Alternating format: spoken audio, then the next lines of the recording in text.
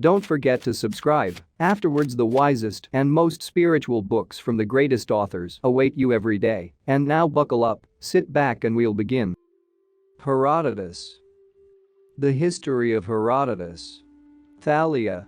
This was the opinion expressed by Athens, but Megabizos urged that they should entrust matters to the rule of a few, saying these words: "That which Athens said in opposition to a tyranny, let it be counted as said for me also, but in that which he said urging that we should make over the power to the multitude.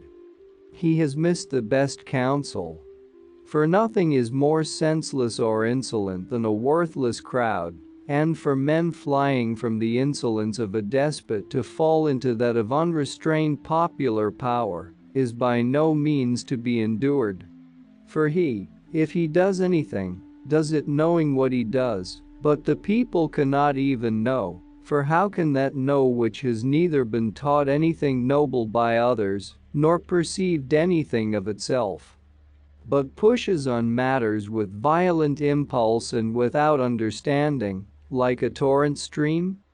Rule of the people then let them adopt who are foes to the Persians, but let us choose a company of the best men, and to them attach the chief power, for in the number of these we shall ourselves also be, and it is likely that the resolutions taken by the best men will be the best." This was the opinion expressed by Megabizos, and thirdly Darius proceeded to declare his opinion, saying, "To me it seems that in those things which Megabizos said with regard to the multitude he spoke rightly, but in those which he said with regard to the rule of a few, not rightly. For whereas there are three things set before us, and each is supposed to be the best in its own kind, that is to say a good popular government, and the rule of a few, and thirdly the rule of one, I say that this last is by far superior to the others, for nothing better can be found than the rule of an individual man of the best kind, seeing that using the best judgment he would be guardian of the multitude without reproach, and resolutions directed against enemies would so best be kept secret. In an oligarchy, however, it happens often that many, while practicing virtue with regard to the commonwealth, have strong private enmities arising among themselves. For as each man desires to be himself the leader and to prevail in councils, they come to great enmities with one another, whence arise factions among them, and out of the factions comes murder. And from murder results the rule of one man, and thus it is shown in this instance by how much that is the best. Again, when the people rules, it is impossible that corruption should not arise, and when corruption arises in the commonwealth, there arise among the corrupt men not enmities but strong ties of friendship. For they who are acting corruptly to the injury of the commonwealth put their heads together secretly to do so. And this continues so until at last someone takes the leadership of the people and stops the course of such men. By reason of this the man of whom I speak is admired by the people, and being so admired he suddenly appears as monarch. Thus he too furnishes herein an example to prove that the rule of one is the best thing. Finally, to sum up all in a single word, whence arose the liberty which we possess, and who gave it to us? Was it a gift of the people or of an oligarchy or of a monarch? I therefore am of opinion that we, having been set free by one man, should preserve that form of rule, and in other respects also that we should not annul the customs of our fathers which are ordered well, for that is not the better way." These three opinions then had been proposed, and the other 4 men of the 7 gave their assent to the last. So when Athens, who was desirous to give equality to the Persians, found his opinion defeated, he spoke to those assembled thus: "Partisans, it is clear that some one of us must become king, selected either by casting lots, or by entrusting the decision to the multitude of the Persians, and taking him whom it shall choose, or by some other means.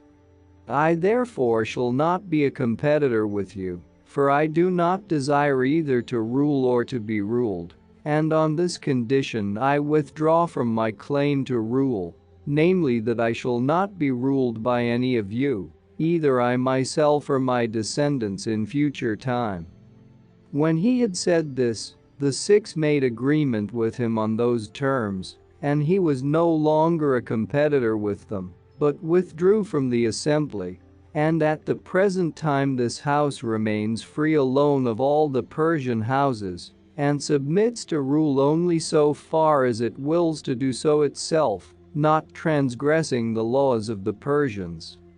The rest, however, of the 7 continued to deliberate how they should establish a king in the most just manner, and it was resolved by them that to Atenes and his descendants in succession, if the kingdom should come to any other of the 7, there should be given as special gifts a Median dress every year, and all those presents which are esteemed among the Persians to be the most valuable. And the reason why they determined that these things should be given to him was because he first suggested to them the matter and combined them together. These were special gifts for Atenes, and this they also determined for all in common, namely that any one of the 7 who wished might pass into the royal palaces without any to bear in a message, unless the king happened to be sleeping with his wife, and that it should not be lawful for the king to marry from any other family, but only from those of the men who had made insurrection with him. And about the kingdom they determined this, namely that the man whose horse should first neigh at sunrise in the suburb of the city when they were mounted upon their horses, he should have the kingdom. Now Darius had a clever horsekeeper, whose name was Oibers. To this man, when they had left their assembly, Darius spoke these words: "Oibers, we have resolved to do about the kingdom thus, namely that the man whose horse first neighs at sunrise, when we are mounted upon our horses he shall be king. Now therefore, if thou hast any cleverness, contrive that we may obtain this prize, and not any other man." Oibers replied thus: "If, my master, it depends in truth upon this whether thou be king or no, have confidence so far as concerns this and keep a good heart, for none other shall be king before thee. Such charms have I at my command." Then Darius said, "If then thou hast any such trick, it is time to devise it, and not to put things off, for our trial is tomorrow." Oibers therefore hearing this did as follows. When night was coming on he took one of the mares, namely that one which the horse of Darius preferred, and this he led into the suburb of the city and tied her up. Then he brought to her the horse of Darius, and having for some time led him round her, making him go so close by so as to touch the mare, at last he let the horse mount. Now at dawn of day the 6 came to the place as they had agreed, riding upon their horses, and as they rode through by the suburb of the city, when they came near the place where the mare had been tied up on the former night, the horse of Darius ran up to the place and neighed, and just when the horse had done this, there came lightning and thunder from a clear sky. And the happening of these things to Darius consummated his claim. For they seemed to have come to pass by some design, and the others leapt down from their horses and did obeisance to Darius. Some say that the contrivance of Oibers was this, but others say as follows, for the story is told by the Persians in both ways, namely that he touched with his hands the parts of this mare, and kept his hand hidden in his trousers, and when at sunrise they were about to let the horses go, this Oibers pulled out his hand and applied it to the nostrils of the horse of Darius, and the horse, perceiving the smell, snorted and neighed. So Darius the son of Histus had been declared king, and in Asia all except the Arabians were his subjects, having been subdued by Cyrus and again afterwards by Cambyses. The Arabians, however, were never obedient to the Persians under conditions of subjection, but had become guest friends when they let Cambyses pass by to Egypt. Far against the will of the Arabians, the Persians would not be able to invade Egypt. Moreover, Darius made the most noble marriages possible in the estimation of the Persians, for he married two daughters of Cyrus, Atassa and Artistone, of whom the one, Arasa, had before been the wife of Cambyses her brother, and then afterwards of the Magian, while Artistone was a virgin, and besides them, he married the daughter of Smyrtus the son of Cyrus, whose name was Parmes, and he also took to wife the daughter of Otanes. He who had discovered the Magian, and all things became filled with his power.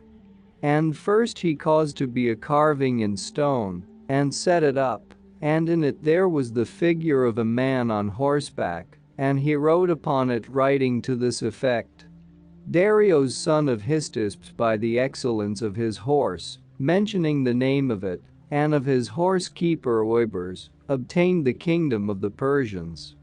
Having so done in Persia, he established 20 provinces, which the Persians themselves call satrapies, and having established the provinces and set over them rulers, he appointed tribute to come to him from them according to races, joining also to the chief races, those who dwelt on their borders, or passing beyond the immediate neighbors, and assigning to various races those which lay more distant.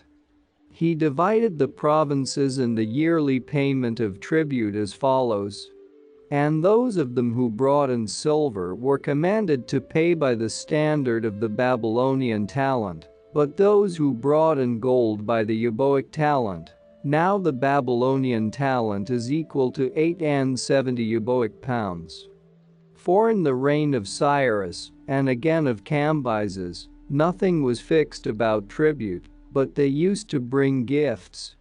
And on account of this appointing of tribute and other things like this, the Persians say that Darius was a shopkeeper, Cambyses a master, and Cyrus a father, the one because he dealt with all his affairs like a shopkeeper, the second because he was harsh and had little regard for any one, and the other because he was gentle and contrived for them all things good.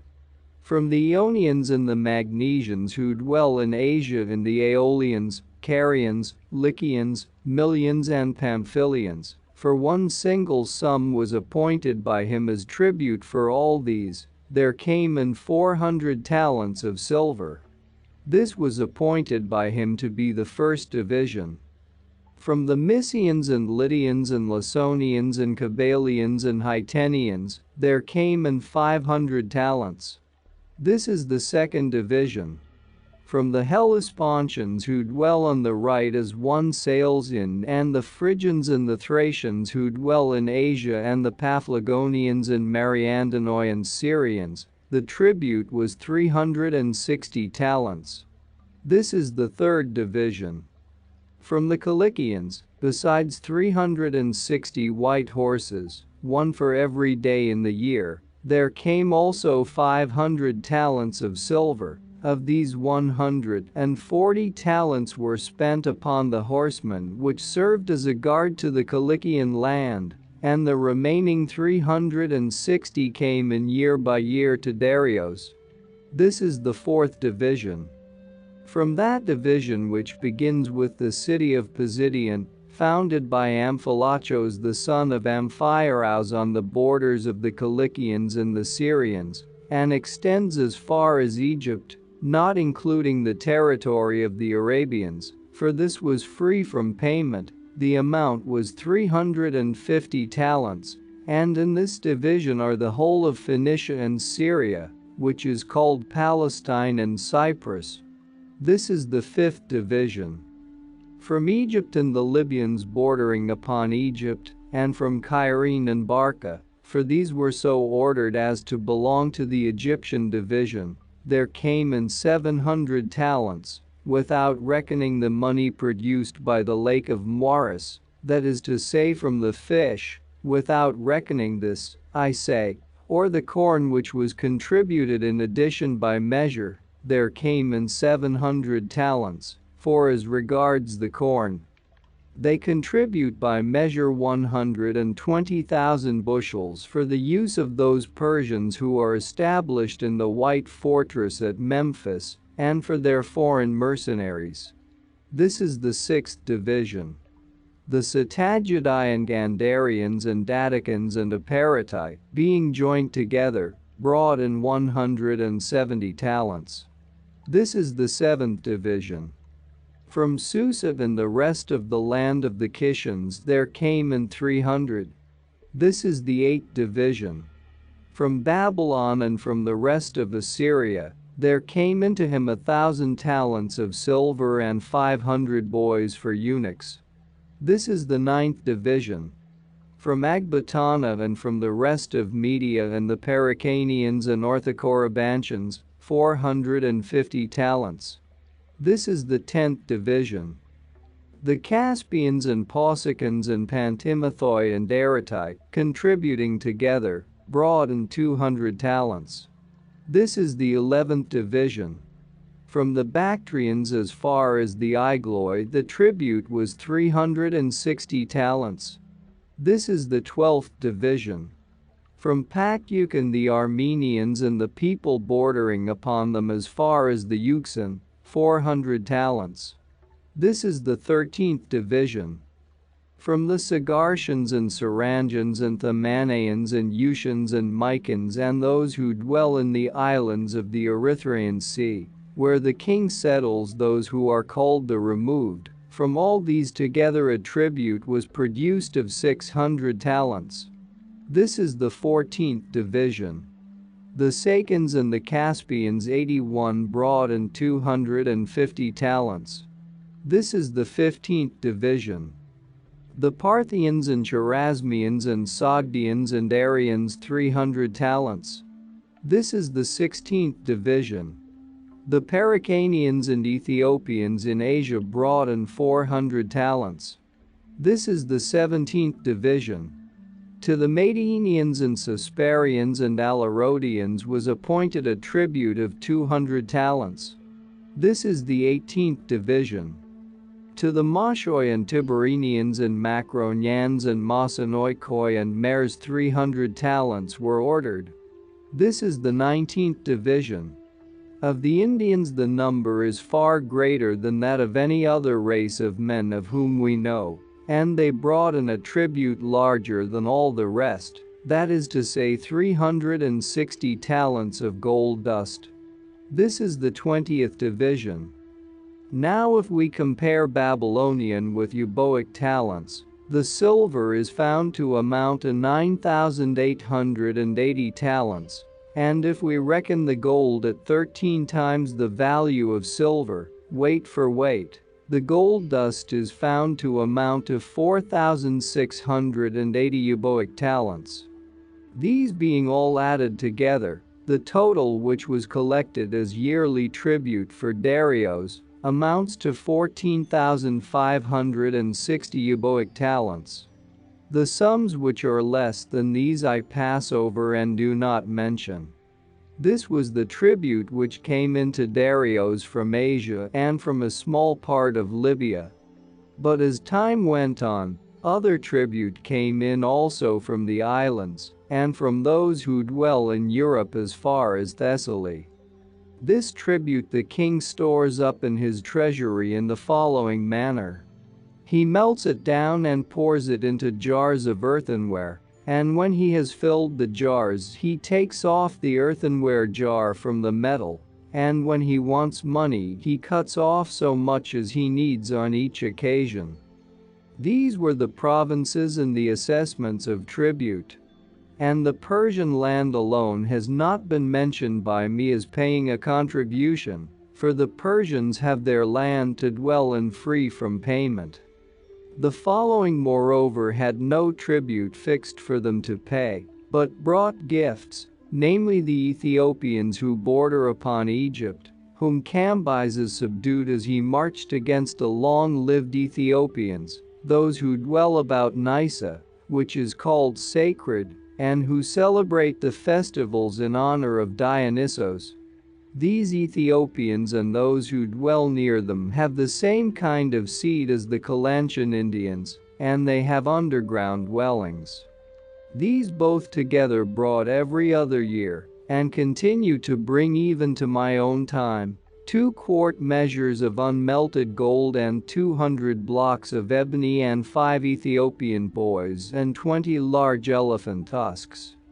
The Colchians also had set themselves among those who brought gifts, and with them those who border upon them extending as far as the range of the Caucasus, for the Persian rule extends as far as these mountains, but those who dwell in the parts beyond Caucasus toward the north wind regard the Persians no longer. These, I say, continued to bring the gifts which they had fixed for themselves every 4 years, even down to my own time. That is to say, 100 boys and 100 maidens. Finally, the Arabians brought 1,000 talents of frankincense every year. Such were the gifts which these brought to the king apart from the tribute. Now this great quantity of gold, out of which the Indians bring into the king the gold dust which has been mentioned, is obtained by them in a manner which I shall tell.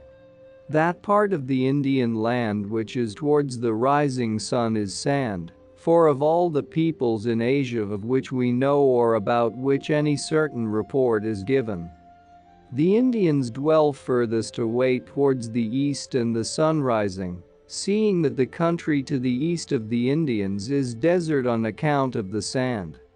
Now there are many tribes of Indians, and they do not agree with one another in language, and some of them are pastoral and others not so, and some dwell in the swamps of the river 88, and feed upon raw fish, which they catch by fishing from boats made of cane, and each boat is made of 1 joint of cane. These Indians of which I speak wear clothing made of rushes. They gather and cut the rushes from the river, and then weave them together into a kind of mat, and put it on like a corselet. Others of the Indians, dwelling to the east of these, are pastoral and eat raw flesh. These are called Patayans, and they practice the following customs.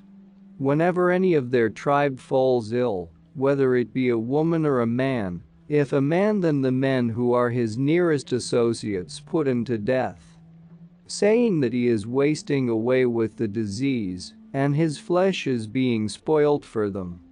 And meanwhile he denies stoutly and says that he is not ill, but they do not agree with him, and after they have killed him they feast upon his flesh.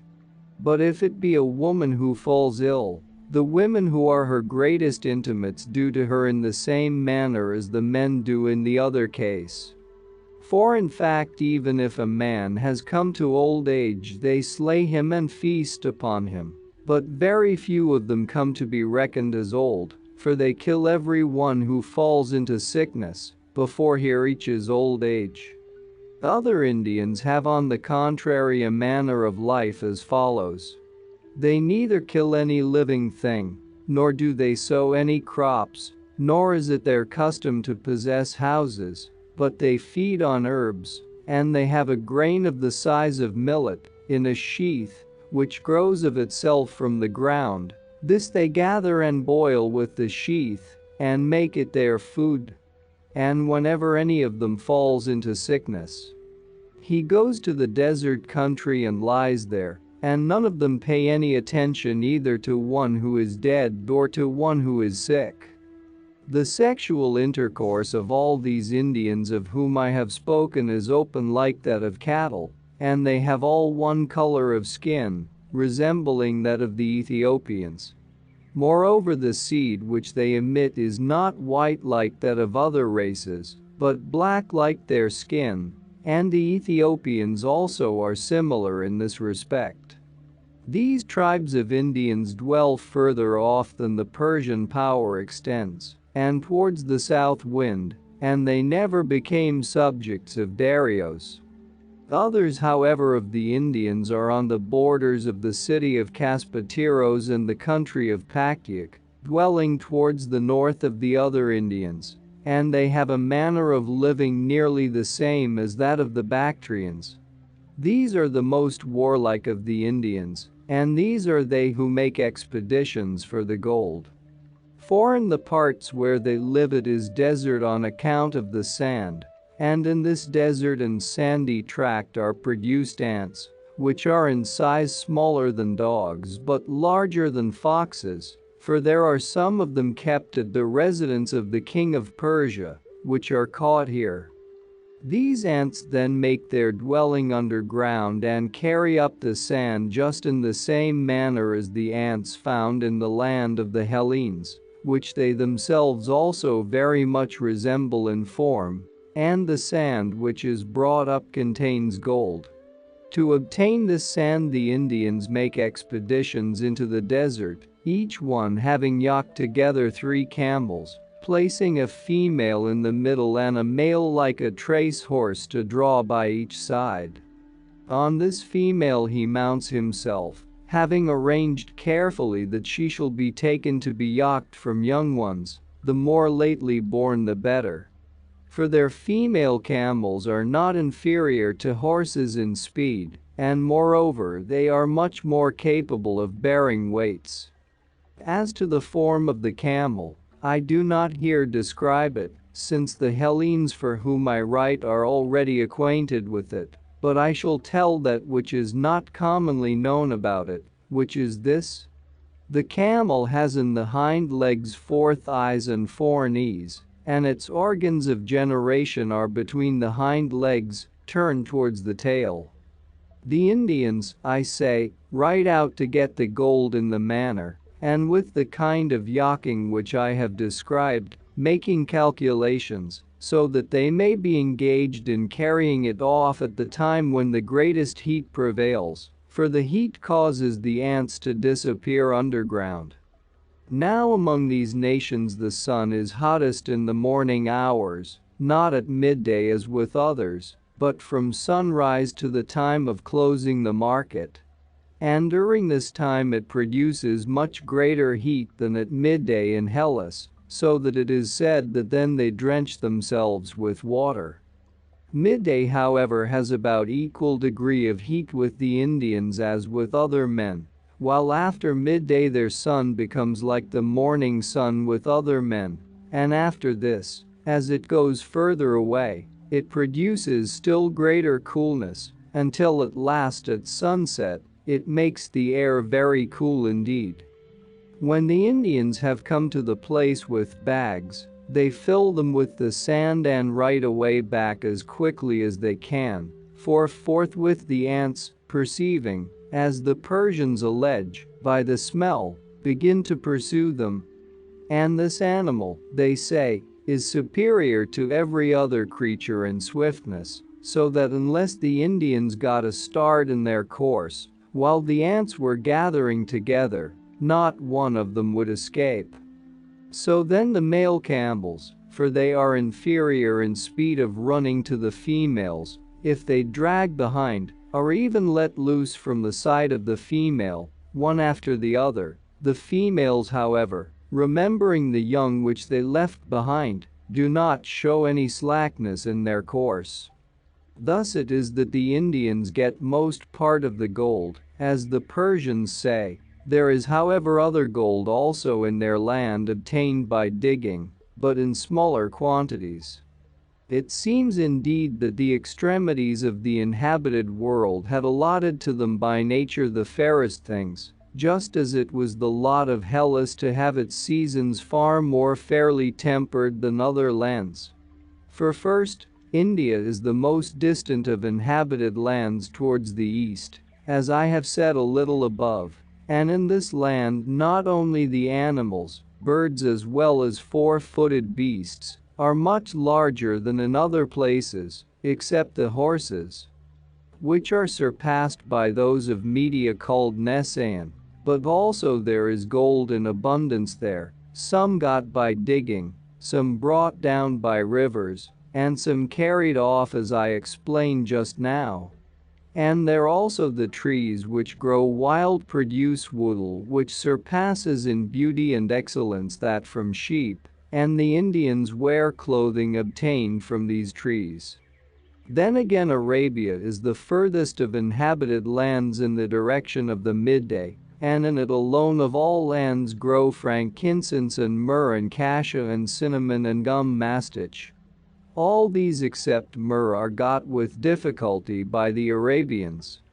Frankincense they collect by burning the storax, which is brought thence to the Hellenes by the Phoenicians. By burning this, I say, so as to produce smoke they take it, for these trees which produce frankincense are guarded by winged serpents, small in size and of various colors, which watch in great numbers about each tree, of the same kind as those which attempt to invade Egypt.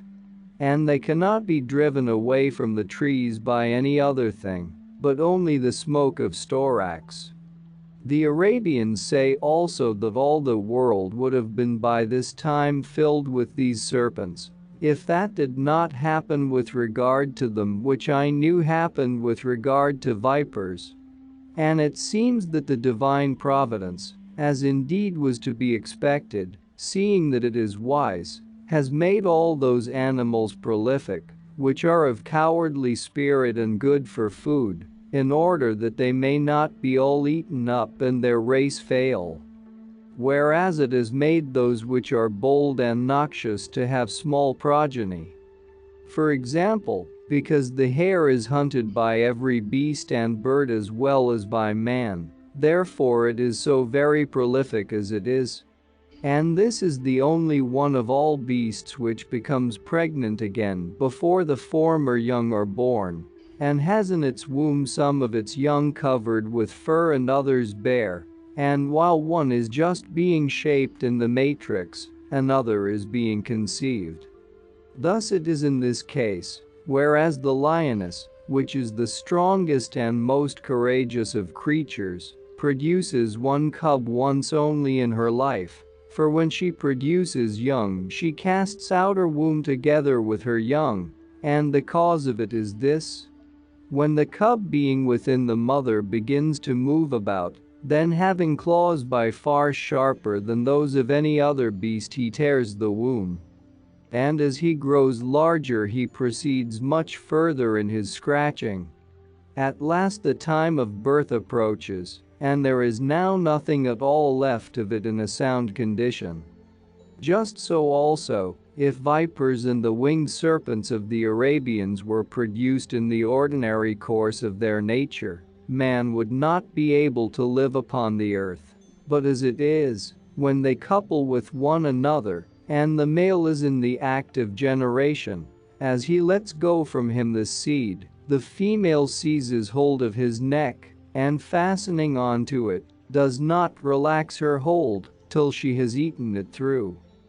The male then dies in the manner which I have said, but the female pays the penalty of retribution for the male in this manner. The young while they are still in the womb take vengeance for their father by eating through their mother, and having eaten through her belly, they thus make their way out for themselves. Other serpents, however, which are not hurtful to man, produce eggs and hatch from them a very large number of offspring. Now vipers are distributed over all the earth, but the others, which are winged, are found in great numbers together in Arabia and in no other land. Therefore it is that they appear to be numerous. This frankincense then is obtained thus by the Arabians, and cassia is obtained as follows. They bind up in cow's hide and other kinds of skins all their body and their face except only the eyes, and then go to get the cassia. This grows in a pool not very deep, and round the pool, and in it lodge, it seems, winged beasts nearly resembling bats, and they squeak horribly and are courageous in fight. These they must keep off from their eyes, and so cut the cassia. Cinnamon they collect in a yet more marvelous manner than this. For where it grows and what land produces it they are not able to tell, except only that some say, and it is a probable account, that it grows in those regions where Dionysos was brought up, and they say that large birds carry those dried sticks which we have learned from the Phoenicians to call cinnamon, carry them, I say, to nests which are made of clay and stuck onto precipitous sides of mountains, which man can find no means of scaling. With regard to this then the Arabians practiced the following contrivance. They divide up the limbs of the oxen and asses that die and of their other beasts of burden into pieces as large as convenient, and convey them to these places, and when they have laid them down not far from the nests, they withdraw to a distance from them. And the birds fly down and carry the limbs of the beasts of burden off to their nests, and these are not able to bear them, but break down and fall to the earth, and the men come up to them and collect the cinnamon. Thus cinnamon is collected and comes from this nation to the other countries of the world. Gum mastich, however, which the Arabians call latinan, comes in a still more extraordinary manner, for though it is the most sweet-scented of all things, it comes in the most evil-scented thing, since it is found in the beards of he-goats, produced there like resin from wood. This is of use for the making of many perfumes, and the Arabians use it more than anything else as incense. Let what we have said suffice with regard to spices, and from the land of Arabia, there blows a scent of them most marvelously sweet. They have also two kinds of sheep which are worthy of admiration and are not found in any other land. The one kind has the tail long, not less than 3 cubits in length, and if one should allow these to drag these after them, they would have sores from their tails being worn away against the ground, but as it is, every one of the shepherds knows enough of carpentering to make little cars, which they tie under the tails, fastening the tail of each animal to a separate little car. The other kind of sheep has the tail broad, even as much as a cubit in breadth. As one passes beyond the place of the midday, the Ethiopian land is that which extends furthest of all inhabited lands towards the sunset. This produces both gold in abundance and huge elephants and trees of all kinds growing wild and ebony, and men who are of all men the tallest, the most beautiful and the most long-lived. These are the extremities in Asia and in Libya, but as to the extremities of Europe towards the west, I am not able to speak with certainty. For neither do I accept the tale that there is a river called in barbarian tongue Eridanos, flowing into the sea which lies towards the north wind, whence it is said that amber comes, nor do I know of the real existence of tin islands, from which tin comes to us.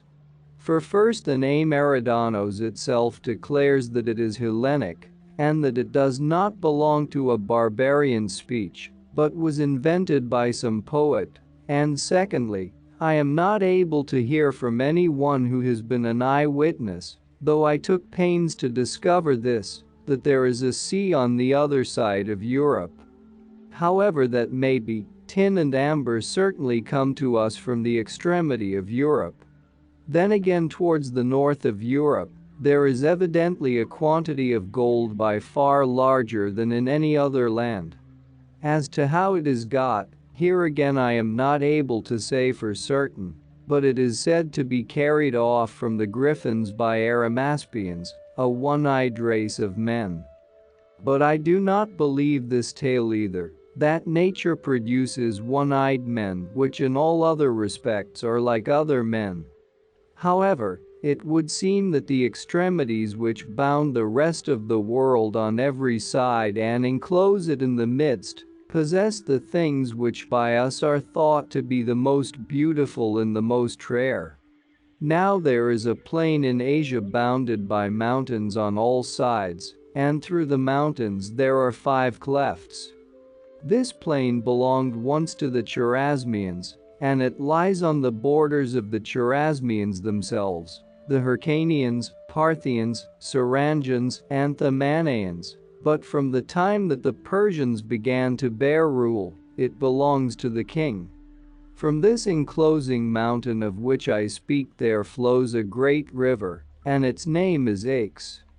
This formerly watered the lands of these nations which have been mentioned, being divided into 5 streams, and conducted through a separate cleft in the mountains to each separate nation. But from the time that they have come to be under the Persians they have suffered as follows. The king built up the clefts in the mountains and set gates at each cleft, and so, since the water has been shut off from its outlet, the plain within the mountains is made into a sea, because the river runs into it and has no way out in any direction. Those therefore who in former times had been wont to make use of the water, not being able now to make use of it, are in great trouble.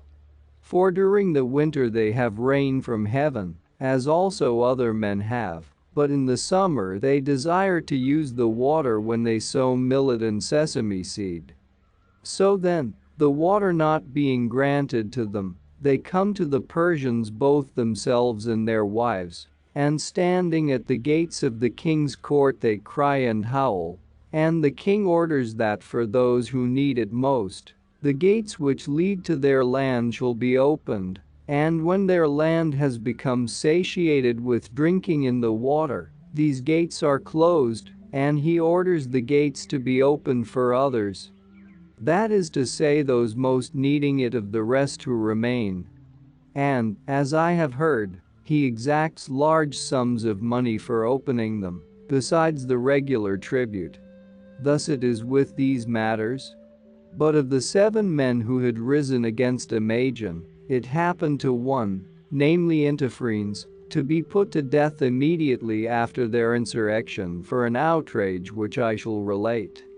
He desired to enter into the king's palace and confer with the king, for the law was in fact so, that those who had risen up against Imagen were permitted to go into the king's presence without any one to announce them, unless the king happened to be lying with his wife. Accordingly, Intiphanes did not think it fit that any one should announce his coming, but as he was one of the 7, he desired to enter. The gatekeeper, however, and the bearer of messages endeavored to prevent him, saying that the king was lying with his wife. But Intiphanes, believing that they were not speaking the truth, drew his sword 105 and cut off their ears and their noses, and stringing these upon his horse's bridle, he tied them round their necks, and so let them go. Upon this they showed themselves to the king and told the cause for which they had suffered this, and Darius, fearing that the 6 might have done this by common design, sent for each one separately, and made trial of his inclinations, as to whether he approved of that which had been done. And when he was fully assured that Intiphanes had not done this in combination with them, he took both Intiphanes himself and his sons and all his kinsmen, being much disposed to believe that he was plotting insurrection against him with the help of his relations, and having seized them he put them in bonds as for execution.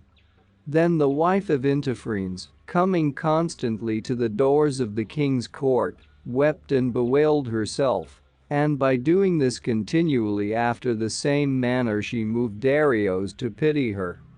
Accordingly he sent a messenger and said to her, "Woman, King Darius grants to thee to save from death one of thy kinsmen who are lying in bonds, whomsoever thou desirest of them all." She then, having considered with herself, answered thus: "If in truth the king grants me the life of one, I choose of them all my brother."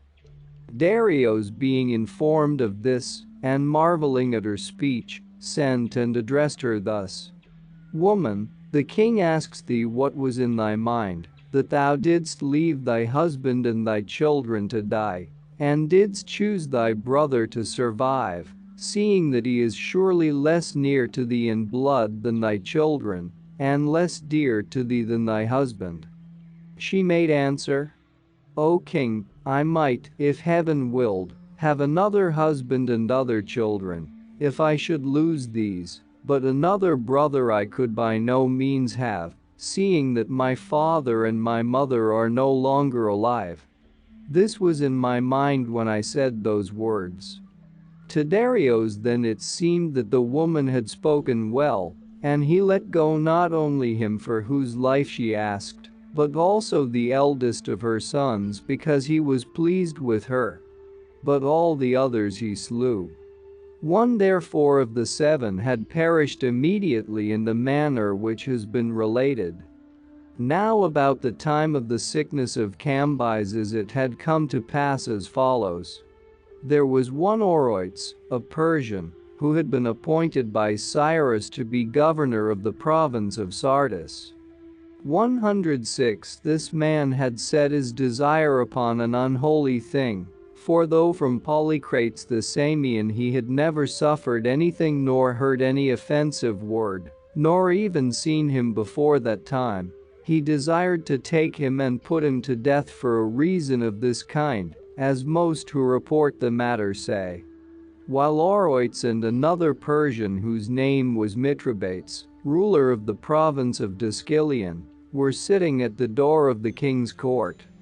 They came from words to strife with one another, and as they debated their several claims to excellence, Mithridates taunting Oroites said, "Dost thou count thyself a man, who didst never yet win for the king the island of Samos, which lies close to thy province, when it is so exceedingly easy of conquest that one of the natives of it rose up against a government with 15 men at arms, and got possession of the island, and is now despot of it?"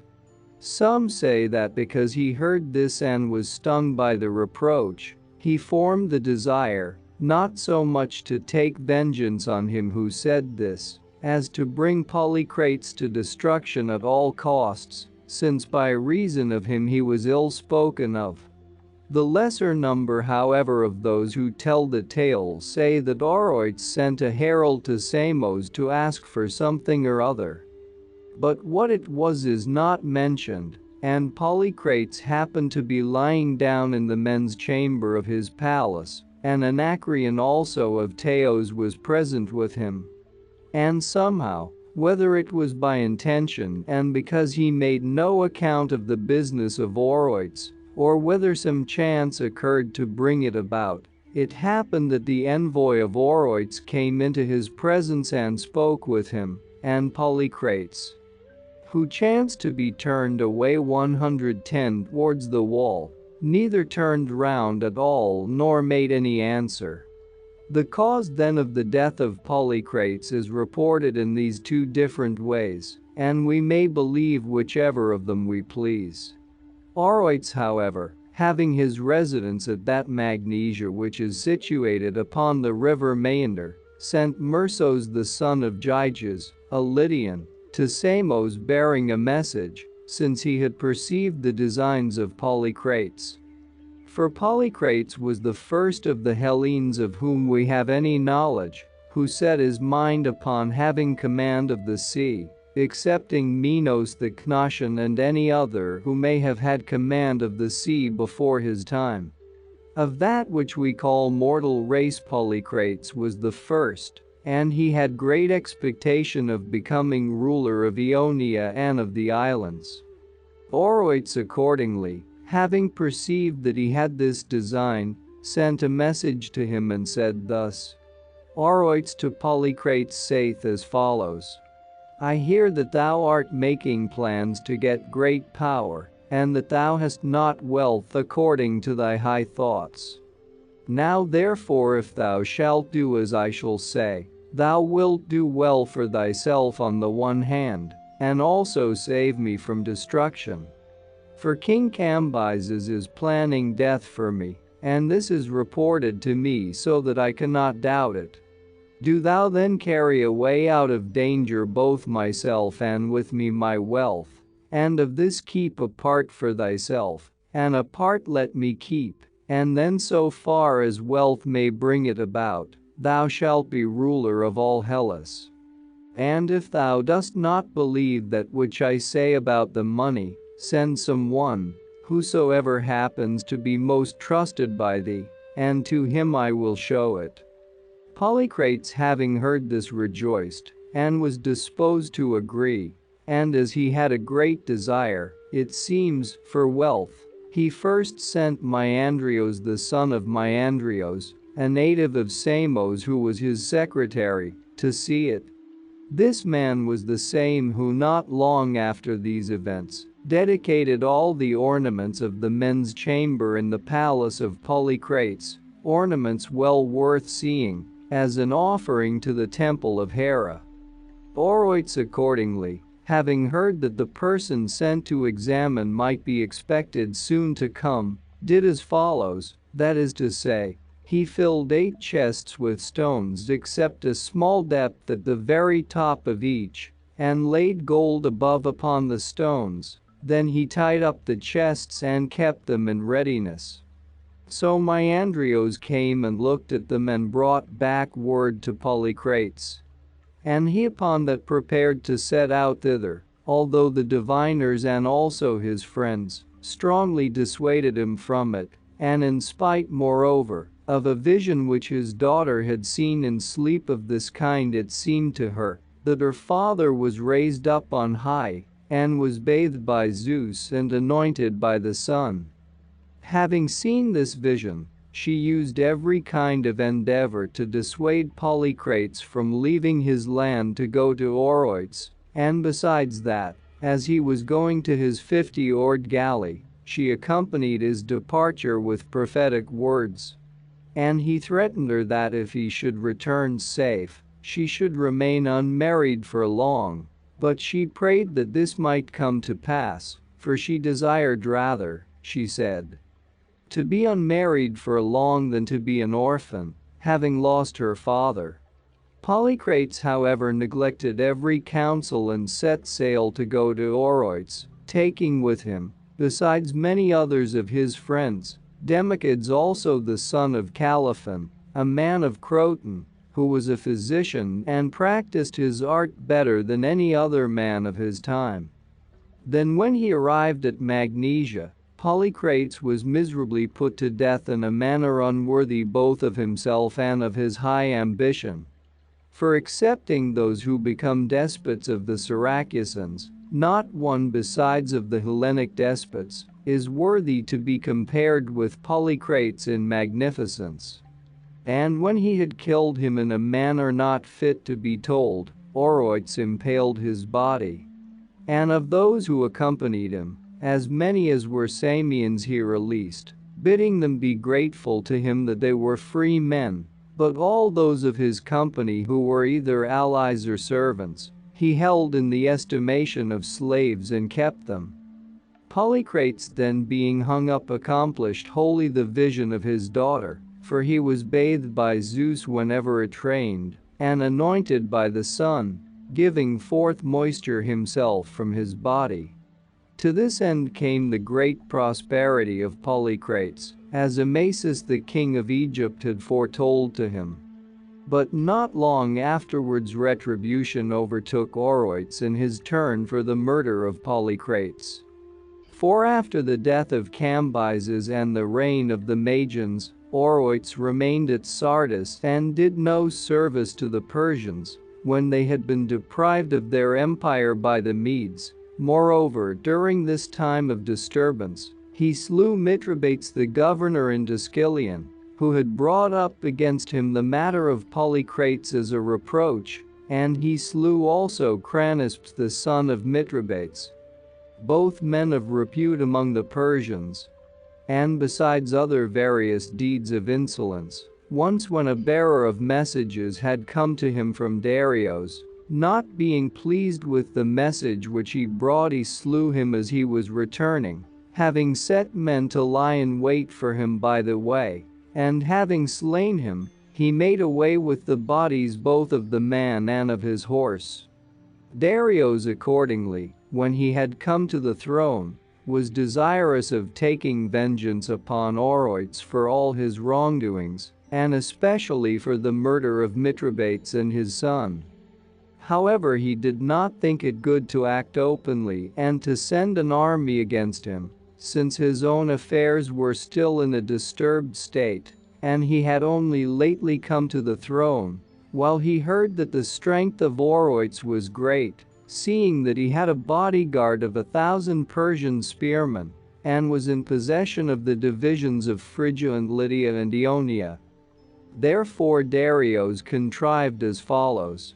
Having called together those of the Persians who were of most repute, he said to them, "Persians, which of you all will undertake to perform this matter for me with wisdom, and not by force or with tumult? For where wisdom is wanted, there is no need of force. Which of you, I say, will either bring Oroites alive to me or slay him? For he never yet did any service to the Persians, and on the other hand, he has done to them great evil. First he destroyed 2 of us, Mithridates and his son, then he slays the men who go to summon him, sent by me, displaying insolence not to be endured. Before therefore he shall accomplish any other evil against the Persians, we must check his course by death." Thus Darius asked, and 30 men undertook the matter, each one separately desiring to do it himself, and Darius stopped their contention and bade them cast lots. So when they cast lots, Bagaeus the son of Artauntes obtained the lot from among them all. Bagaeus accordingly, having obtained the lot, did thus. He wrote many papers dealing with various matters and on them set the seal of Darius, and with them he went to Sardis. When he arrived there and came into the presence of Oroites, he took the covers off the papers one after another, and gave them to the royal secretary to read, for all the governors of provinces have royal secretaries.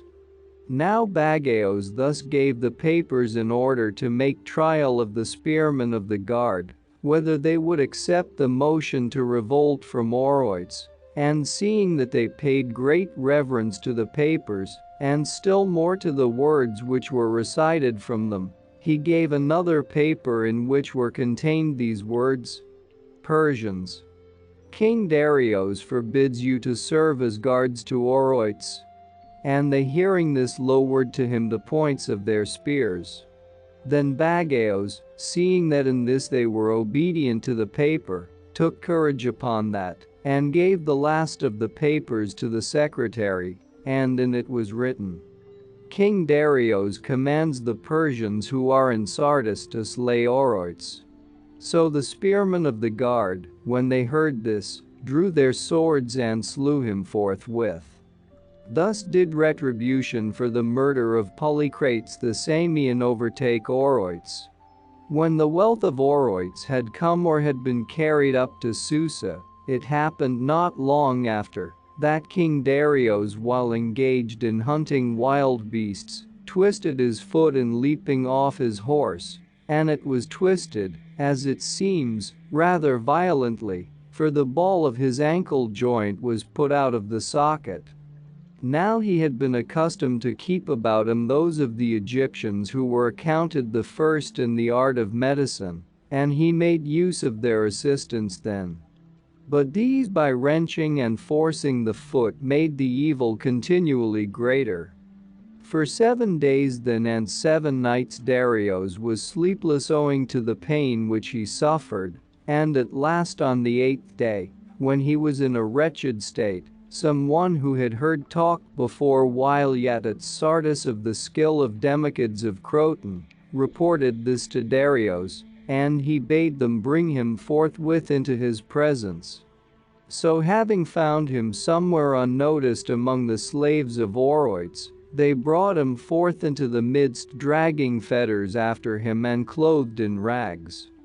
When he had been placed in the midst of them, Darius asked him whether he understood the art, but he would not admit it, fearing lest, if he declared himself to be what he was, he might lose forever the hope of returning to Hellas. And it was clear to Darius that he understood that art but was practicing another, and he commanded those who had brought him thither to produce scourges and pricks. Accordingly upon that he spoke out, saying that he did not understand it precisely, but that he had kept company with a physician, and had some poor knowledge of the art. Then after this, when Darius had committed the case to him, by using Hellenic drugs and applying mild remedies after the former violent means, he caused him to get sleep, and in a short time made him perfectly well, though he had never hoped to be sound of foot again. Upon this Darius presented him with 2 pairs of golden fetters, and he asked him whether it was by design that he had given to him a double share of his suffering, because he had made him well. Being pleased by this saying, Darius sent him to visit his wives, and the eunuchs in bringing him in said to the women that this was he who had restored to the king his life. Then each one of them plunged a cup into the gold chest and presented Democritus with so abundant a gift that his servant, whose name was Scyton, following and gathering up the coins which fell from the cups, collected for himself a very large sum of gold. This Democritus came from Croton, and became the associate of Polycrates in the following manner. At Croton he lived in strife with his father, who was of a harsh temper, and when he could no longer endure him, he departed and came to Aegina. Being established there, he surpassed in the first year all the other physicians, although he was without appliances, and had none of the instruments which are used in the art. In the next year the Aeginetan state engaged him for a payment of 1 talent. In the 3rd year he was engaged by the Athenians for 100 pounds weight of silver, and in the 4th by Polycrates for 2 talents. Thus he arrived in Samos, and it was by reason of this man more than anything else that the physicians of Croton got their reputation. For this event happened at the time when the physicians of Croton began to be spoken of as the first in Hellas, while the Cyrenians were reputed to have the 2nd place. About this same time also the Argives had the reputation of being the first musicians in Hellas. Then Democritus, having healed King Darius, had a very great house in Susa, and had been made a table companion of the king, and except the one thing of returning to the land of the Hellenes, he had everything. And first, as regards the Egyptian physicians who tried to heal the king before him, when they were about to be impaled because they had proved inferior to a physician who was a Hellene, he asked their lives of the king and rescued them from death. Then secondly, he rescued an Elean prophet, who had accompanied Polycrates and had remained unnoticed among the slaves. In short, Democritus was very great in the favor of the king. Not long time after this another thing came to pass, which was this. Atossa, the daughter of Cyrus and wife of Darius, had a tumor upon her breast, which afterwards burst and then was spreading further. And so long as it was not large, she concealed it and said nothing to anybody, because she was ashamed, but afterwards when she was in evil case, she sent for Democritus and showed it to him. And he said that he would make her well, and caused her to swear that she would surely do for him in return that which he should ask of her, and he would ask, he said, none of such things as are shameful. So when after this by his treatment he had made her well, then Atossa instructed by Democedes uttered to Darius in his bedchamber some such words as these: O king, though thou hast such great power, thou dost sit still, and dost not win in addition any nation or power for the Persians. And yet it is reasonable that a man who is both young and master of much wealth should be seen to perform some great deed, in order that the Persians may know surely that he is a man by whom they are ruled. It is expedient indeed in two ways that thou shouldest do so, both in order that the Persians may know that their ruler is a man, and in order that they may be worn down by war, and not have leisure to plot against thee. For now thou mightest display some great deed, while thou art still young, seeing that as the body grows the spirit grows old also with it, and is blunted for every kind of action. Thus she spoke according to instructions received, and he answered thus: Woman, thou hast said all the things which I myself have in mind to do, for I have made the plan to yoke together a bridge from this continent to the other, and to make expedition against the Scythians, and these designs will be by way of being fulfilled within a little time.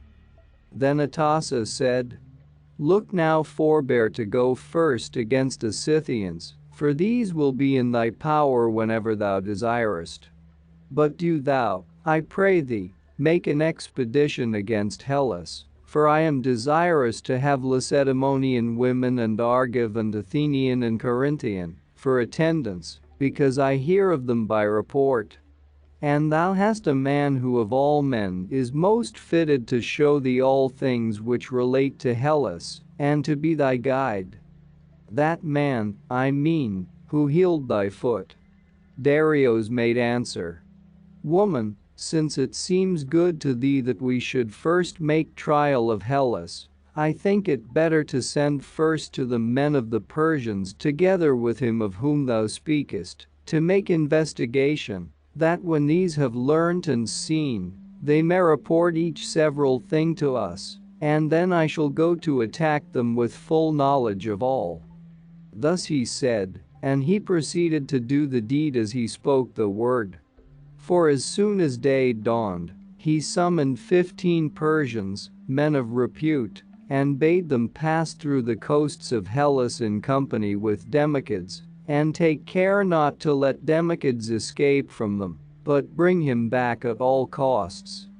Having thus commanded them, next he summoned Democedes himself and asked him to act as a guide for the whole of Hellas, and show it to the Persians, and then return back. And he bade him take all his movable goods and carry them as gifts to his father and his brothers, saying that he would give him in their place many times as much, and besides this, he said, he would contribute to the gifts a merchant ship filled with all manner of goods, which should sail with him. Darius, as it seems to me, promised him these things with no crafty design, but Democedes was afraid that Darius was making trial of him, and did not make haste to accept all that was offered, but said that he would leave his own things where they were, so that he might have them when he came back. He said, however, that he accepted the merchant ship which Darius promised him for the presents to his brothers. Darius then, having thus given command to him also, sent them away to the sea. So these, when they had gone down to Phoenicia and in Phoenicia to the city of Sidon, forthwith manned 2 triremes, and besides them, they also filled a large ship of burden with all manner of goods. Then when they had made all things ready they set sail for Hellas, and touching at various places they saw the coast regions of it, and wrote down a description, until at last, when they had seen the greater number of the famous places, they came to Taras in Italy. There from Complaisance to Democedes Aristophilides, the king of the Tarentines, unfastened and removed the steering oars of the Median ships, and also confined the Persians in prison, because, as he alleged, they came as spies. While they were being thus dealt with, Democritus went away and reached Croton, and when he had now reached his own native place, Aristophiles set the Persians free and gave back to them those parts of their ships which he had taken away. The Persians then sailing thence and pursuing Democritus reached Croton, and finding him in the marketplace they laid hands upon him. And some of the men of Croton, fearing the Persian power, were willing to let him go, but others took hold of him and struck with their staves at the Persians, who pleaded for themselves in these words: Men of Croton, take care what ye are about. Ye are rescuing a man who was a slave of King Darius and who ran away from him. How, think you, will King Darius be content to receive such an insult, and how shall this which ye do be well for you, if ye take him away from us? Against what city, think you, shall we make expeditions sooner than against this, and what city before this shall we endeavor to reduce to slavery? Thus saying, they did not however persuade the men of Croton. But having had Democritus rescued from them and the ship of burden which they were bringing with them taken away, they set sail to go back to Asia, and did not endeavor to visit any more parts of Hellas or to find out about them, being now deprived of their guide. This much however Democritus gave them as a charge when they were putting forth to sea, bidding them say to Darius that Democritus was betrothed to the daughter of Milan. For the wrestler Milan had a great name at the king's court, and I suppose that Democritus was urgent for this marriage, spending much money to further it, in order that Darius might see that he was held in honor also in his own country.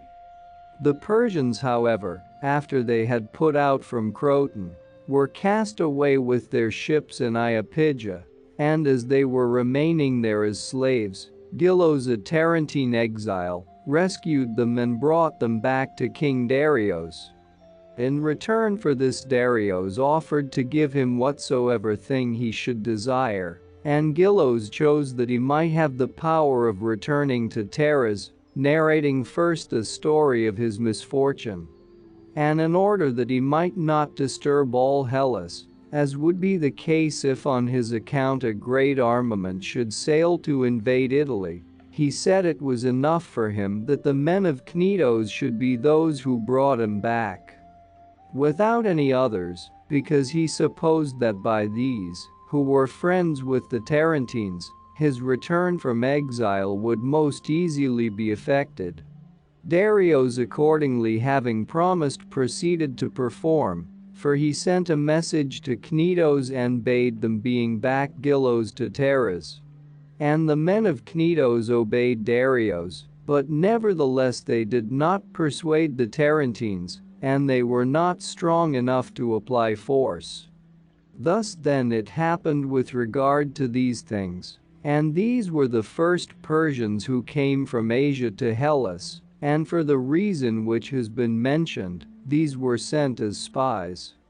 After this, King Darius took Samos before all other cities, whether of Hellenes or barbarians, and for a cause which was as follows.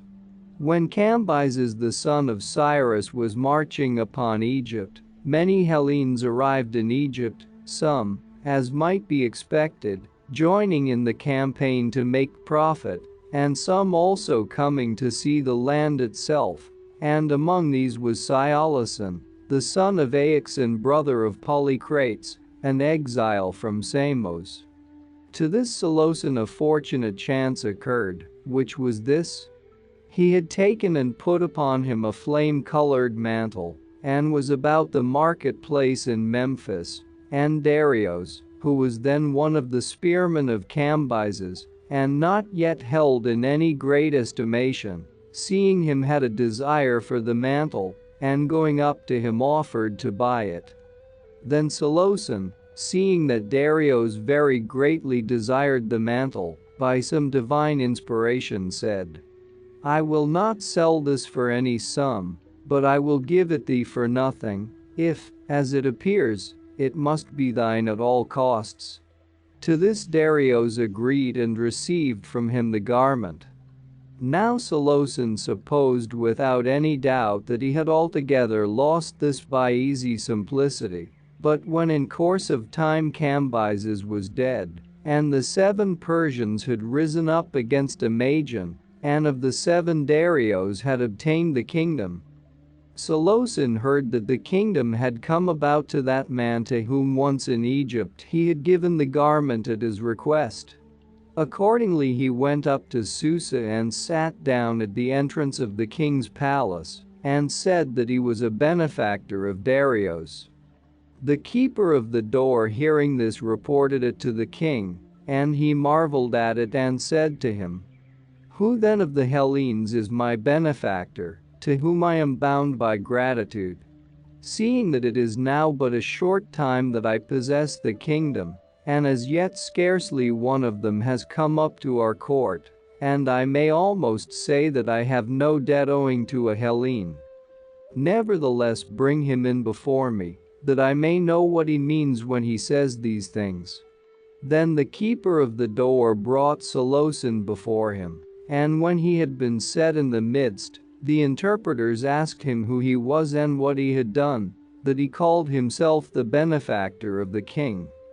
Seleucus accordingly told all that had happened about the mantle, and how he was the man who had given it, to which Darius made answer, "O most noble of men, thou art he who when as yet I had no power gavest me a gift, small it may be, but nevertheless the kindness is counted with me to be as great as if I should now receive some great thing from some one.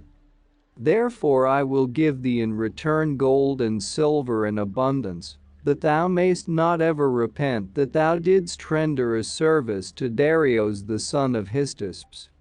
To this Seleucus replied, "To me, O king, give neither gold nor silver, but recover and give to me my fatherland Samos, which now that my brother Polycrates has been slain by Oroites, is possessed by our slave. This give to me without bloodshed or selling into slavery." Darius having heard this prepared to send an expedition with Otanes as commander of it, who had been one of the 7, charging him to accomplish for Seleucus all that which he had requested. Otanes then went down to the sea coast and was preparing the expedition. Now Myandrios the son of Myandrios was holding the rule over Samos, having received the government as a trust from Polycrates, and he, though desiring to show himself the most righteous of men, did not succeed in so doing. For when the death of Polycrates was reported to him, he did as follows.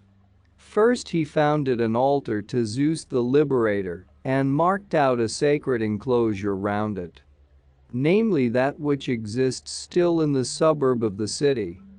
Then after he had done this he gathered together an assembly of all the citizens and spoke these words.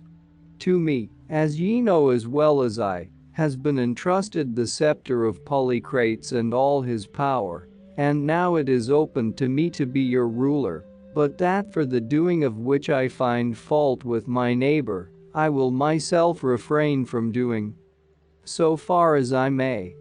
For as I did not approve of Polycrates acting as master of men who were not inferior to himself, so neither do I approve of any other who does such things.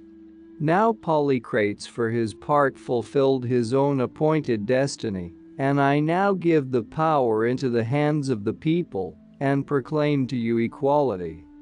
These privileges however I think it right to have assigned to me, namely that from the wealth of Polycrates, 6 talents should be taken out and given to me as a special gift, and in addition to this I choose for myself and for my descendants in succession, the priesthood of Zeus the Liberator, to whom I myself founded a temple, while I bestow liberty upon you.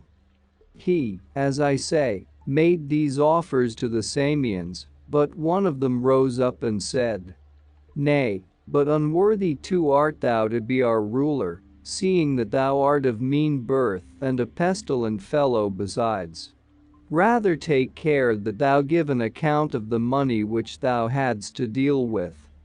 Thus said one who was a man of repute among the citizens, whose name was Telesarchos, and Myandrios, perceiving that if he resigned the power, some other would be set up as despot instead of himself, did not keep the purpose at all of resigning it, but having retired to the fortress he sent for each man separately, pretending that he was going to give an account of the money, and so seized them and put them in bonds. These then had been put in bonds, but Myandrios after this was overtaken by sickness, and his brother, whose name was Lycoretos, expecting that he would die, put all the prisoners to death, in order that he might himself more easily get possession of the power over Samos. And all this happened because, as it appears, they did not choose to be free. So when the Persians arrived at Samos bringing Solosan home from exile, no one raised a hand against them, and moreover, the party of Myandrios and Myandrios himself said that they were ready to retire out of the island under a truce. Athens therefore, having agreed on these terms and having made a treaty, the most honorable of the Persians had seats placed for them in front of the fortress, and were sitting there. Now the despot Myandrios had a brother who was somewhat mad, and his name was Charalaus.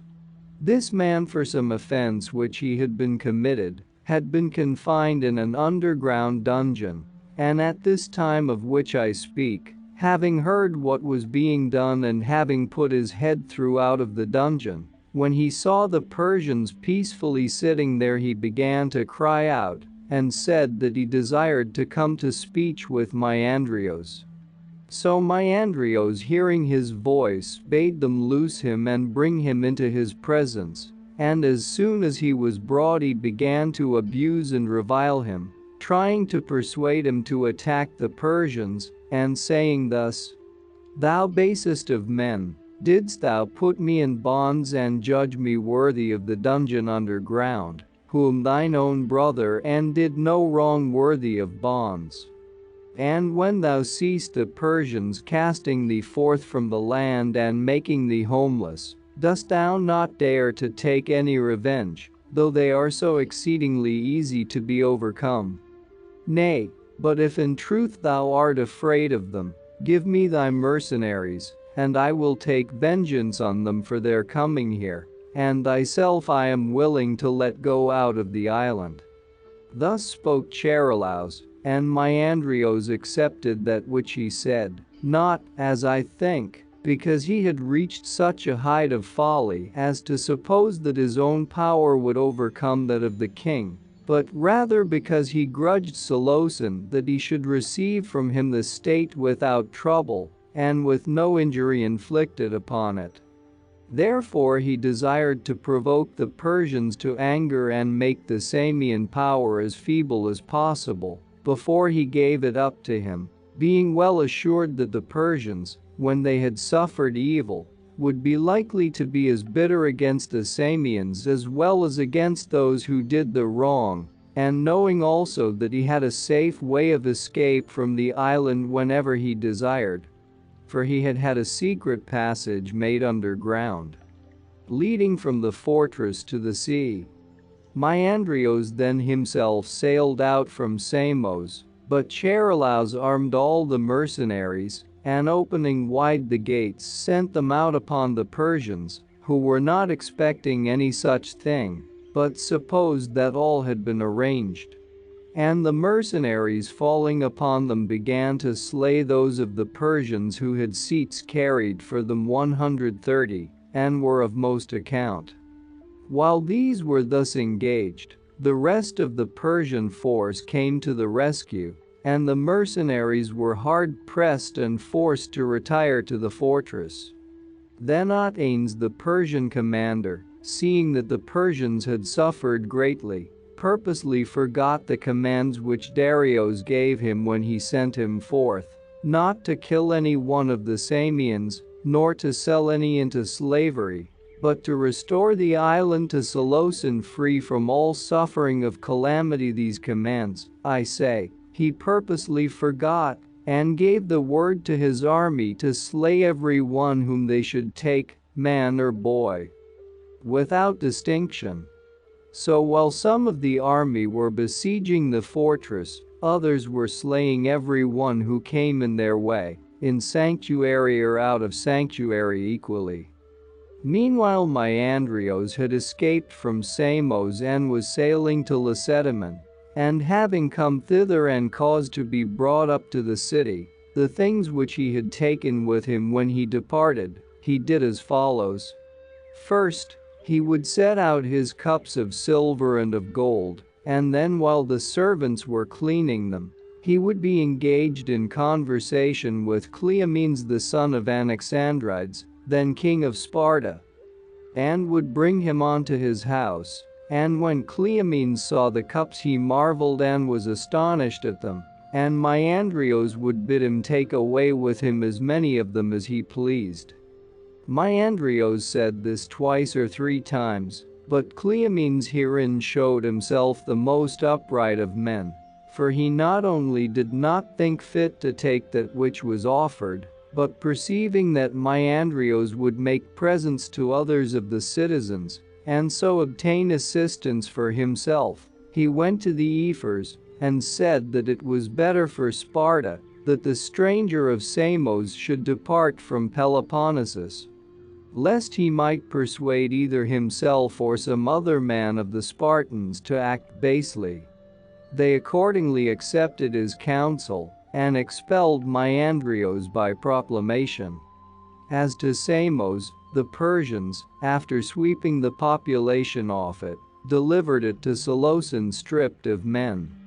Afterwards, however, the commander Attanes even joined in settling people there, moved by a vision of a dream, and by a disease which seized him, so that he was diseased in the genital organs.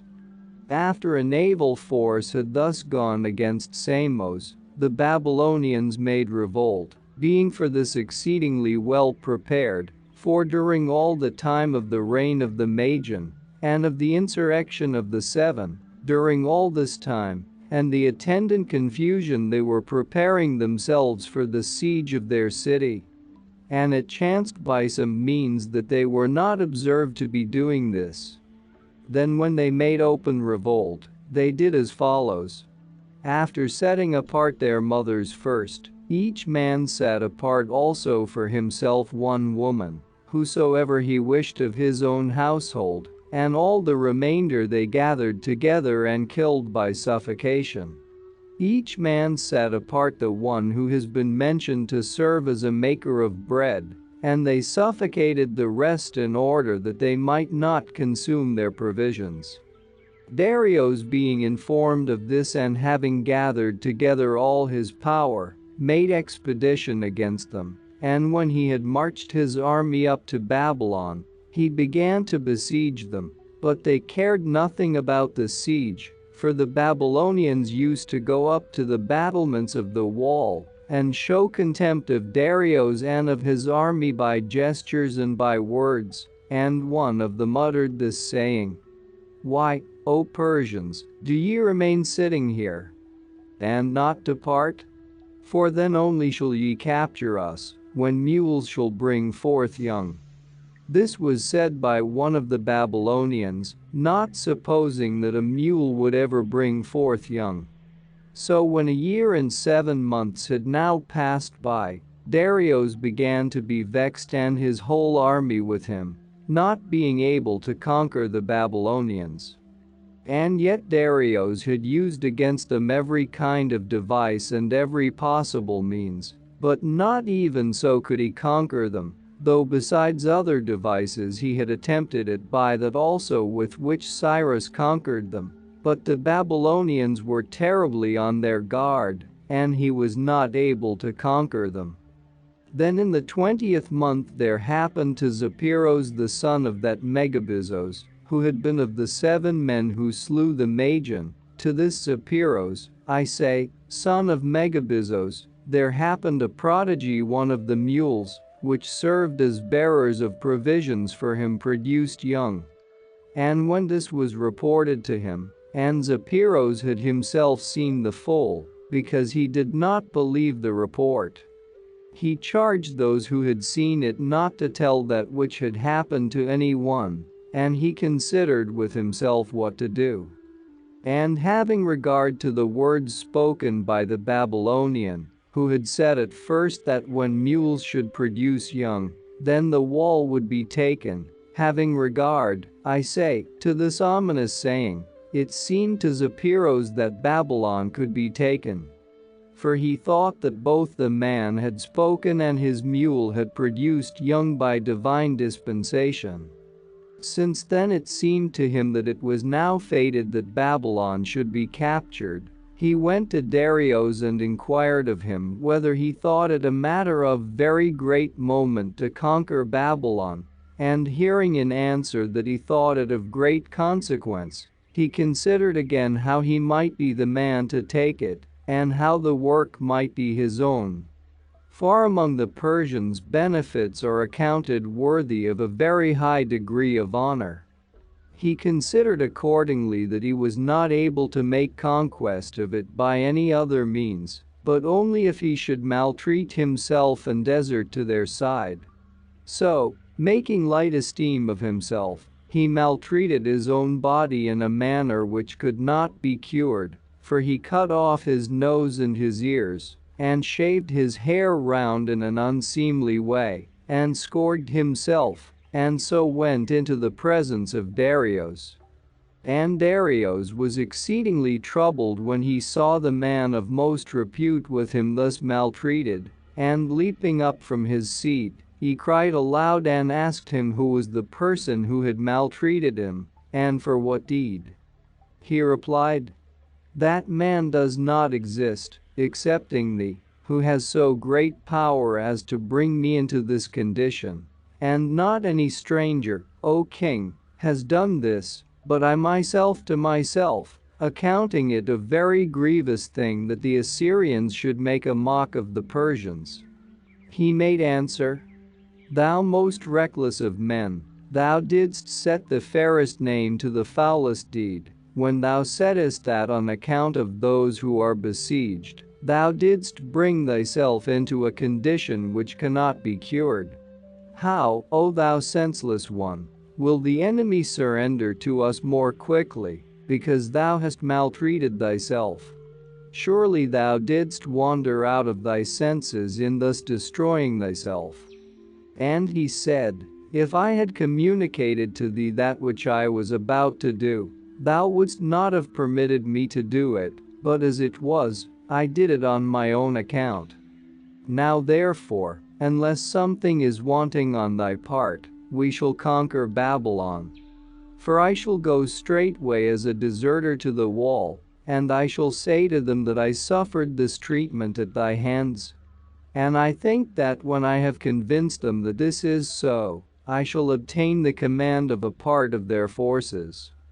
Do thou then on the 10th day from that on which I shall enter within the wall take of those troops, about which thou wilt have no concern if they be destroyed of these, I say, get 1,000 by the gate of the city, which is called the gate of Semiramis, and after this again on the 7th day after the 10th set, I pray thee.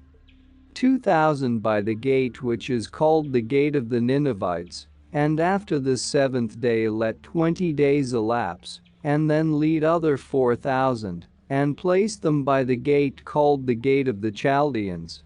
And let neither the former men nor these have any weapons to defend them except daggers, but this weapon let them have. Then after the 20th day at once bid the rest of the army make an attack on the wall all round, and set the Persians, I pray thee, by those gates which are called the gate of Bellows and the gate of Kisha. For, as I think, when I have displayed great deeds of prowess, the Babylonians will entrust to me, besides their other things, also the keys which draw the bolts of the gates. Then after that it shall be the care of myself and the Persians to do that which ought to be done." Having thus enjoined, he proceeded to go to the gate of the city, turning to look behind him as he went, as if he were in truth a deserter, and those who were set in that part of the wall, seeing him from the towers, ran down, and slightly opening one wing of the gate, asked who he was, and for what purpose he had come. And he addressed them and said that he was Zopyrus, and that he came as a deserter to them.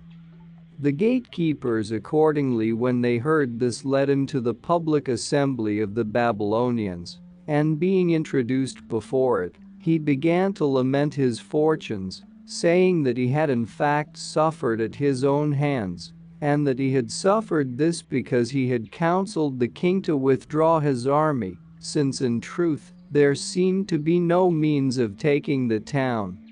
And now, he went on to say, "I am come for very great good to you, O Babylonians, but for very great evil to Darius and his army, and to the Persians, for he shall surely not escape with impunity for having thus maltreated me, and I know all the courses of his counsels." Thus he spoke, and the Babylonians, when they saw the man of most reputation among the Persians deprived of nose and ears and smeared over with blood from scourging, supposing assuredly that he was speaking the truth and had come to be their helper, were ready to put in his power that for which he asked them, and he asked them that he might command a certain force. Then when he had obtained this from them, he did that which he had agreed with Darius that he would do, for he led out on the 10th day the army of the Babylonians, and having surrounded the 1,000 men whom he had enjoined Darius first to set there, he slew them. The Babylonians accordingly, perceiving that the deeds which he displayed were in accordance with his words, were very greatly rejoiced, and were ready to serve him in all things. And after the lapse of the days which had been agreed upon, he again chose men of the Babylonians, and led them out, and slew the 2,000 men of the troops of Darius. Seeing this deed also, the Babylonians all had the name of Zopyrus upon their tongues, and were loud in his praise. He then again, after the lapse of the days which had been agreed upon, led them out to the place appointed, and surrounded the 4,000 and slew them. When this also had been done, Zopyrus was everything among the Babylonians, and he was appointed both commander of their army and guardian of their walls. But when Darius made an attack according to the agreement on every side of the wall, then Zopyrus discovered all his craft. For while the Babylonians, having gone up on the wall, were defending themselves against the attacks of the army of Darius, Zopyrus opened the gates called the gates of Kisha and of Belos, and let in the Persians within the wall. And of the Babylonians those who saw that which was done fled to the temple of Zeus Belos, but those who did not see remained each in his own appointed place, until at last they also learned that they had been betrayed. Thus was Babylon conquered for the second time. And Darius, when he had overcome the Babylonians, first took away the wall from round their city, and pulled down all the gates, for when Cyrus took Babylon before him, he did neither of these things. And secondly, Darius impaled the leading men to the number of about 3,000. But to the rest of the Babylonians he gave back their city to dwell in, and to provide that the Babylonians should have wives, in order that their race might be propagated. Darius did as follows: for their own wives, as has been declared at the beginning, the Babylonians had suffocated, in provident care for their store of food. He ordered the nations who dwelt round to bring women to Babylon, fixing a certain number for each nation. So that the sum total of 50,000 women was brought together, and from these women, The present Babylonians are descended. As for Zapiros, in the judgment of Darius, no one of the Persians surpassed him in good service, either of those who came after or of those who had gone before. Excepting Cyrus alone, for to Cyrus no man of the Persians ever yet ventured to compare himself. And Darius is said to have declared often that he would rather that Zapiros were free from the injury than that he should have 20 Babylons added to his possession, in addition to that one which he had.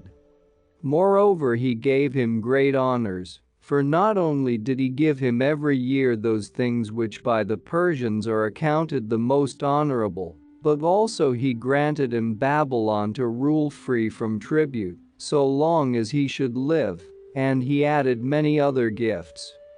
The son of this Zapiros was Megabizos, who was made commander in Egypt against the Athenians and their allies, and the son of this Megabizos was Zapiros, who went over to Athens as a deserter from the Persians.